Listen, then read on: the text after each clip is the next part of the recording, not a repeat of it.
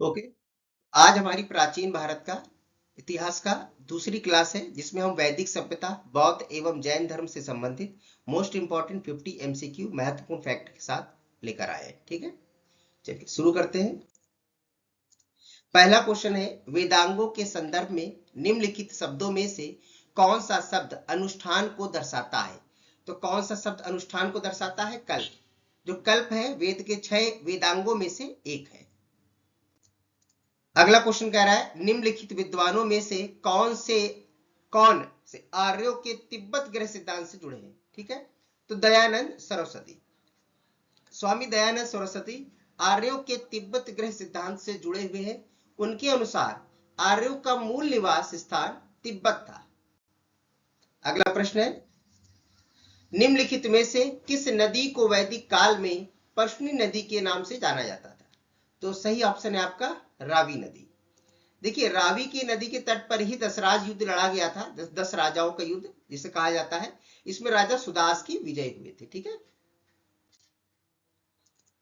अगला क्वेश्चन कह रहा है, कौन सा वेद धार्मिक अनुष्ठानों से संबंध रखता है?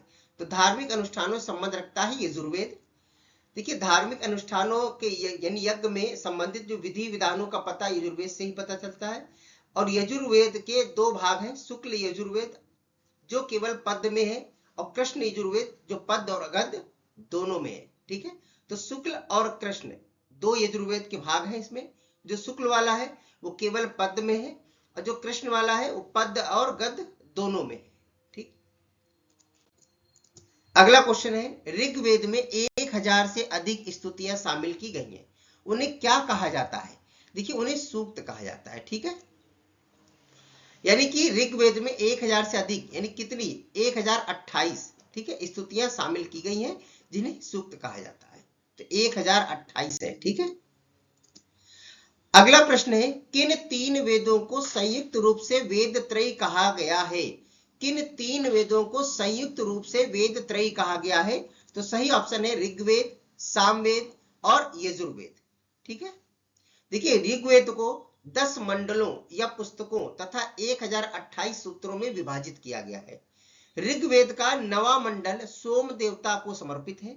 ऋग्वेद के 10वें मंडल के पुरुष सूक्त में सर्वप्रथम चारों वर्ण यानी ब्राह्मण, क्षत्रिय, वैश्य, शूद्र की उत्पत्ति के प्रमाण मिले हैं। ठीक है, तो ब्राह्मण, क्षत्रिय, वैश्य, शूद्र यानी चारों वर्ण के प्रमाण किसमें मिले? हम लोग हमें ऋग्वेद के 10वें मंडल के पुरुष सूक्त में। ओके, अगला क्वेश्चन है, निम्नलिखित में से किसको वेदांत कहा जाता है?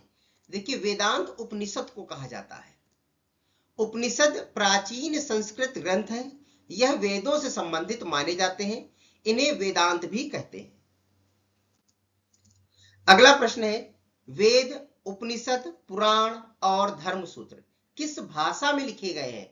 तो किस भाषा में लिखे गए? संस्कृत भाषा में लिखे गए। ठीक है, वेद, उपनिषद, पुराण, धर्मसूत्र सभी की भाषा कैसी है? संस्कृत भाषा में लिखे गए। कह रहा पुरुष सूक्त किस वेद का एक मंत्र संग्रह सूक्त है? तो किसका है? ऋग्वेद का। अभी हमने आपको बताया था पिछली में। ठीक है, कह रहा ऋग्वेद के 10वें मंडल के पुरुष सूक्त में सर्वप्रथम शूद्र वर्ण का उल्लेख मिलता है। इसी में आपको चारों वर्ण मिलते हैं। ठीक है, अगला प्रश्न है, निम्नलिखित में से कौन सा वेद संगीत से संबंध रखता है? देखिए, सामवेद संगीत से संबंधित है। सामवेद, देखिए साम का अर्थ होता है संगीत अथवा गान होता है। सामवेद में यज्ञों के अवसर पर गाए जाने वाले मंत्रों का संग्रह है सामवेद। जो पुरोहित इन मंत्रों को गाता था उसे उद्गाता कहा जाता था। यानी जो पुरोहित इन मंत्रों का उच्चारण करता था, जो गाता था इस संगीत को, उसे क्या कहते थे? उसे उद्गाता कहा जाता था। ठीक है, अगला क्वेश्चन है, निम्नलिखित में से कौन सा वेद सबसे पुराना है? तो सबसे पुराना वेद कौन सा है? ऋग्वेद। अगला प्रश्न है, उपनिषद क्या है? उपनिषद क्या है? तो उपनिषद हिंदू दर्शन स्रोत है। ठीक है, देखिए, उपनिषद का शाब्दिक अर्थ होता है शिष्य द्वारा ज्ञान प्राप्ति हेतु गुरु के समीप बैठना। ये डायरेक्ट क्वेश्चन पूछे जाते हैं, तो सारे फैक्ट में मैंने सारे क्वेश्चन जो पूछे जाते हैं वो भी डाल दिए हैं और एक्स्ट्रा फैक्ट भी डाल दिए हैं। ठीक है, प्राचीन भारत में लोगों को कितने वर्णों में विभाजित किया गया था? तो 4 वर्णों में। प्राचीन ग्रंथों में परंपरागत 4 वर्ण यानी ब्राह्मण, क्षत्रिय, वैश्य तथा शूद्र का उल्लेख मिलता है। वैदिक काल के महत्वपूर्ण देवताओं के सही समूह का चयन करें। देखिए, वैदिक काल के जो महत्वपूर्ण देवता थे वो थे अग्नि, इंद्र और सोम। ऋग्वेद में सर्वाधिक सूक्त यानी 250 इंद्र को समर्पित है और ऋग्वेद में अग्नि को 200, और इस काल के दूसरे महत्वपूर्ण देवता है ये। ऋग्वेद के 9वें मंडल के सभी 114 मंत्र किसको समर्पित है? सोम देवता को। ठीक है, यानी अग्नि, इंद्र और सोम।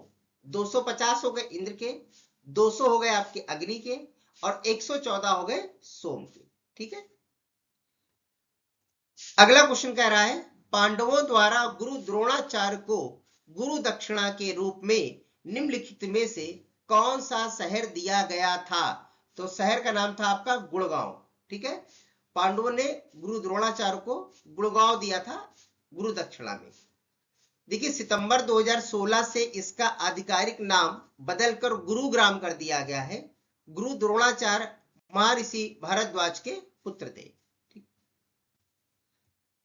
अगला प्रश्न है एक व्यक्ति का वैदिक दृष्टिकोण और समाज से उसका संबंध जीवन के 4 उद्देश्यों से निर्धारित होता है। निम्न में से कौन सा इन उद्देश्यों में से एक नहीं है? तो कौन सा नहीं है? सिद्धि।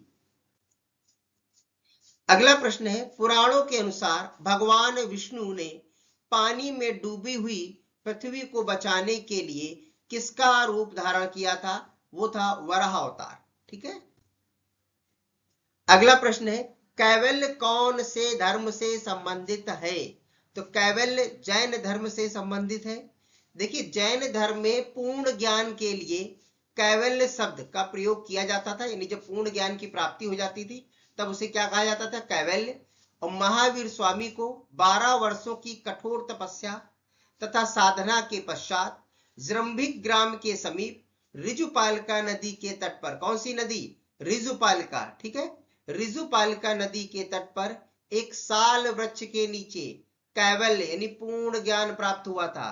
फलता वे कैवलिन कहलाए। क्या कहलाए थे ये? कैवलिन कहलाए। ठीक है, अगला प्रश्न है जैन धर्म के अनुसार जिन शब्द का क्या अर्थ है?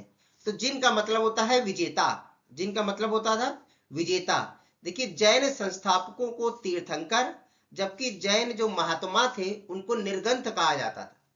जो संस्थापक थे उन्हें तीर्थंकर और महात्माओं को निर्गंथ कहा जाता था। ठीक है, जैन धर्म में कुल 24 तीर्थंकर माने गए हैं। जैन धर्म के प्रथम तीर्थंकर ऋषभदेव या आदिनाथ और अंतिम तीर्थंकर कौन थे? महावीर स्वामी। ठीक है, अगला प्रश्न है किस भारतीय धर्म में 24 तीर्थंकर हुए हैं? तो आपके जैन धर्म में।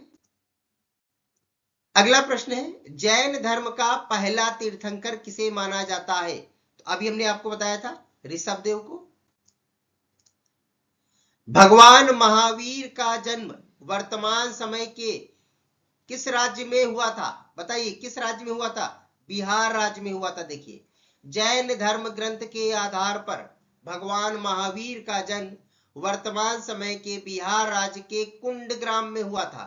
ठीक है, इनके बचपन का नाम क्या था? वर्धमान था। तो महावीर स्वामी के बचपन का क्या नाम था? वर्धमान था। अगला प्रश्न है भगवान महावीर को मोक्ष निम्न में से किस स्थान पर प्राप्त हुआ था? तो मोक्ष किस स्थान पर प्राप्त हुआ था? तो मोक्ष मिला था इन्हें पावापुरी में। किस में मिला था? पावापुरी में। देखिए, भगवान महावीर ने 527 ईसा पूर्व अर्थात 72 वर्ष की आयु में बिहार के पावापुरी में, पावापुरी कहाँ है? बिहार में। बिहार के पावापुरी में कार्तिक कृष्ण अमावस्या को देह त्याग किया था। ठीक है, चलिए अगला क्वेश्चन है जैनियों द्वारा अपने पवित्र ग्रंथ के लिए सामूहिक रूप से किस शब्द का प्रयोग किया जाता था? तो किस शब्द का प्रयोग किया जाता था सामूहिक रूप से? अंग शब्द का। ठीक है, किस शब्द का प्रयोग किया जाता था? अंग शब्द का प्रयोग किया जाता था। ओके,